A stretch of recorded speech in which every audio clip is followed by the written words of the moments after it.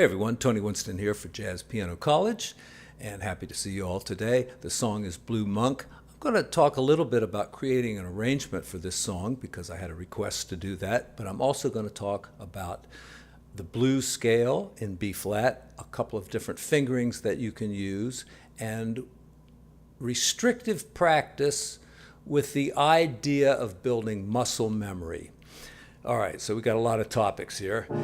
Let me talk about that one first, muscle memory. If you play classical, or even if you just play an arrangement of a piece that is pretty much note for note the same every time you play it, you get what's called muscle memory. It's not really muscle memory, it's your nerves that remember it. And I read this in Time magazine years ago, that every time you do something physically, there is a microscopic, or actually atomic level layer of molecules that gets laid down across the sheath of your nerves.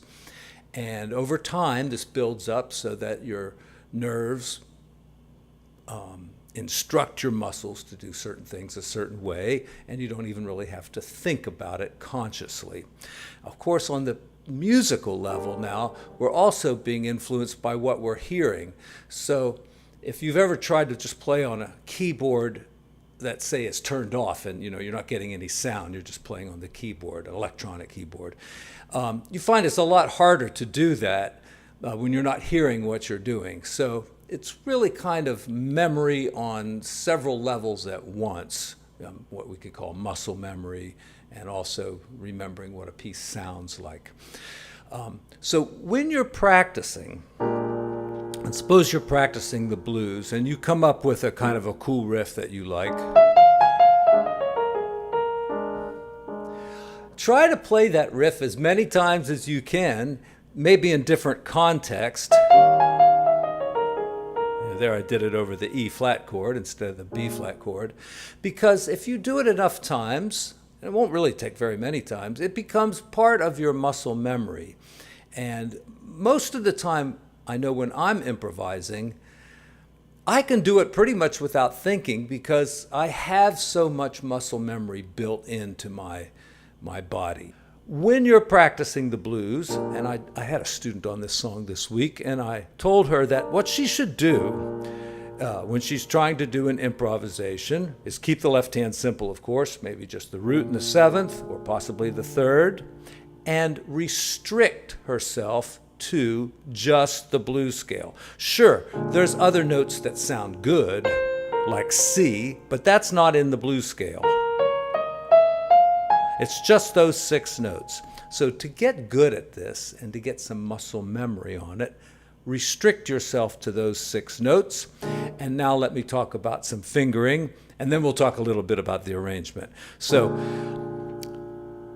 one fingering is to put your thumb on B flat, go 1, 2, 3, 1, 2, 3, and then you have, it's tempting to put your 4 there, and you can, of course, if you're going to come back down. But if you're going to keep going up, get that thumb back down on the B flat again, okay?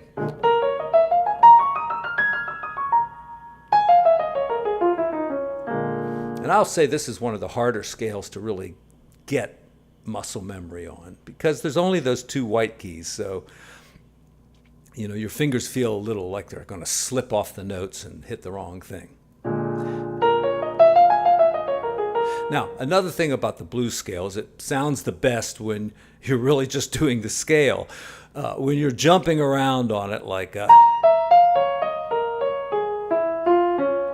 you can construct some okay lines that way, but it's more in the characteristic style of the blues. If you're, playing the notes in order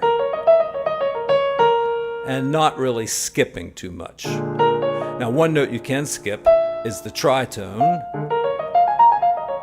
and that leaves you with like a minor pentatonic scale, and that's a nice way to do it too. Okay, so that's one fingering. Another one, which is 1, 2, 3, 4, and then 1, 2. Now this is kind of an Art Tatum idea because he does a lot of these 2-fingered runs.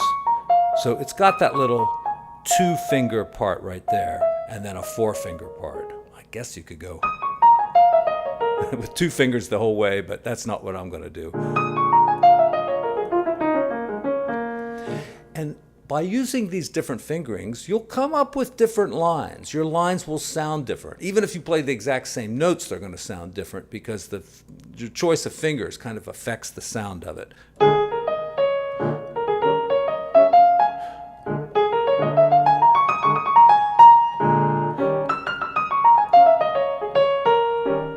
Yeah, because when you get this, if you do 3, 2, 1, you're stuck there. But if you go like that, you get a little more control of that other note. So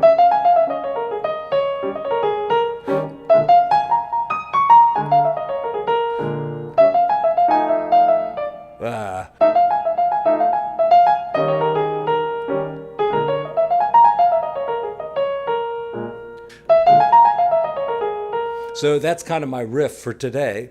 I've done it 3 times. I've grown a few molecules down that arm, and hopefully I'll remember that when I'm playing the blues. Okay, let's talk a little bit about the actual song and a possibility for an arrangement. So you could do harmony.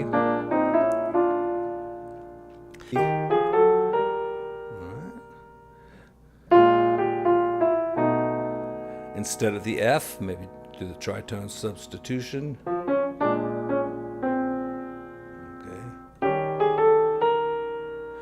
And here you can stay on E flat, or you can go to E diminished. And I'm thinking maybe you could go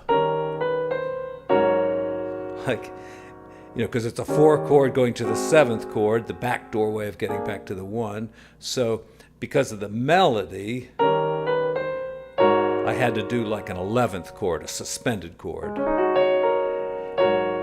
And I like that.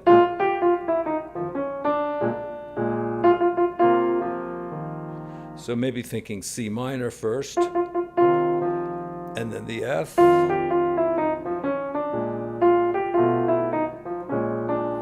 Okay, here's another idea for you.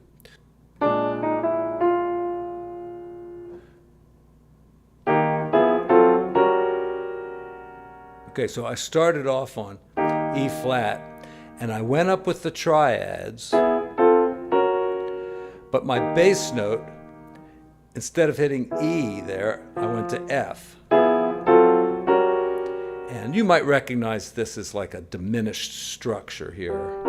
Like if you were on this chord right here, you could think of that as like a, like an E flat 7th kind of thing.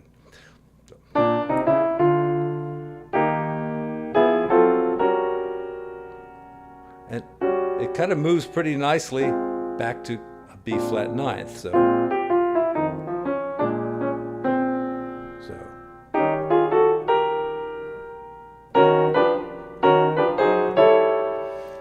now this is an idea I've had in my mind for a long time. Instead of going like, which would be exactly the same as what I did previously, since this is a diminished type of structure, if I go down a minor 3rd, I get another kind of nice chord. In fact, if you use this kind of in the same way, you'll find it functions the same way as that other thing I did. But yeah, and then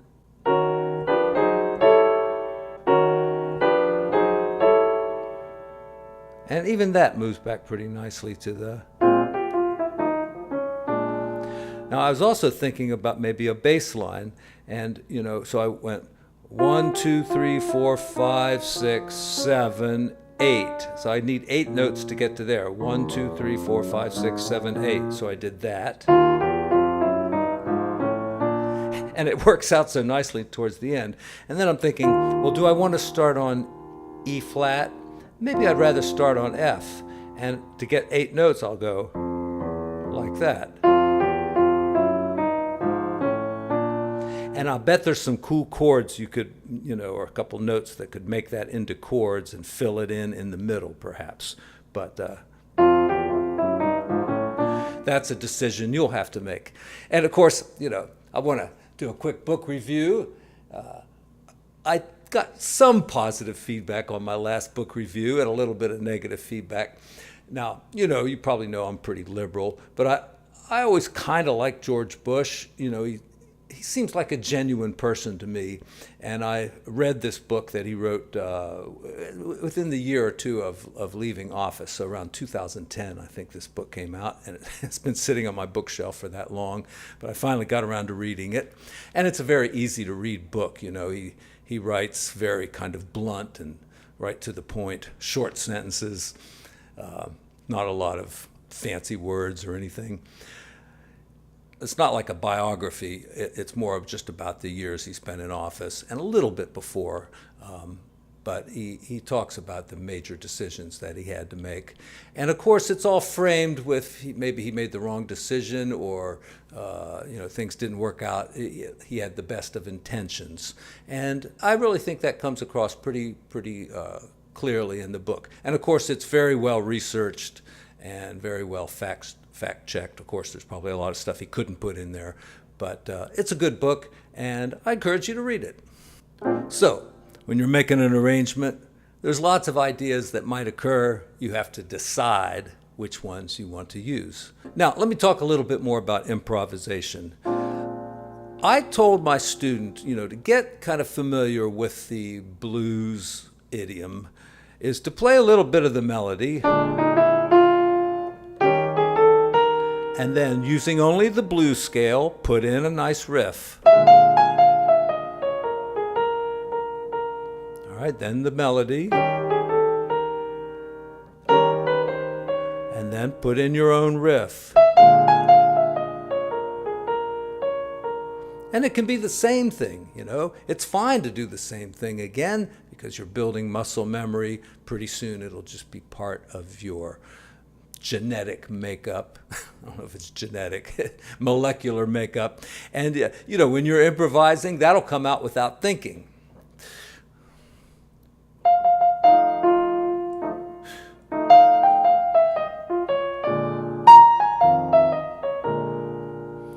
Then I said, after doing that, play a pure solo and stick to the form. You got one measure of B flat, one measure of E flat, and two more back here. All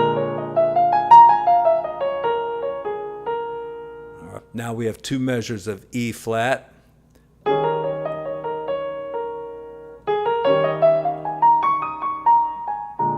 And two measures of B flat. So right there, 2-1, 2-1. Then we've got F and B flat.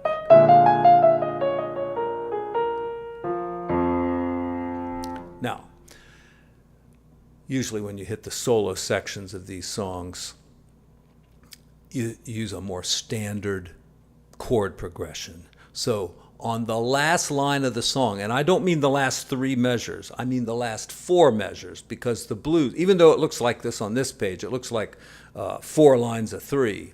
The blues is 3 lines of 4 measures each. So the last 4 measures, we got F. Let's do C minor instead. Then F.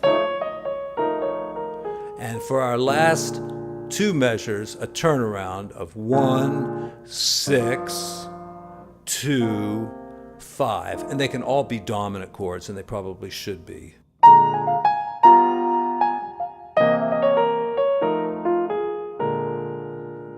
There are other things too about a jazz progression. In measure 4, a 2, 5, 1 going to E flat is typical, and then after the E flat, that E diminished or possibly an A flat chord is possible. In fact, there are hundreds, thousands, if not millions of ways to get through the blues. Let me see if I can put into practice my new fingering here and do 2 choruses. I probably will use a little bit of rootless voicing. Who knows what I shall do? Here we go. 1, 2, 3, 4.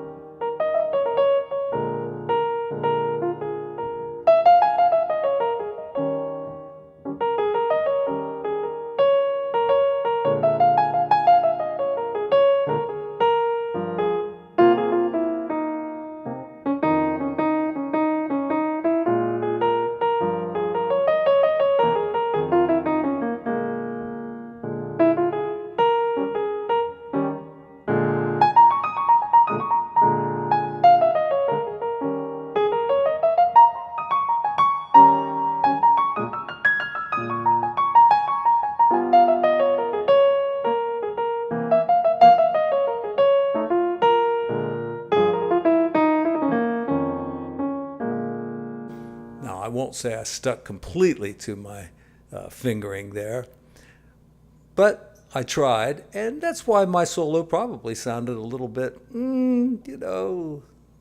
like I struggled in a few little spots there. Now I'll just do one without thinking, usually using whatever, diminished scales, altered scales, blues scales, I don't know, it'll just be there.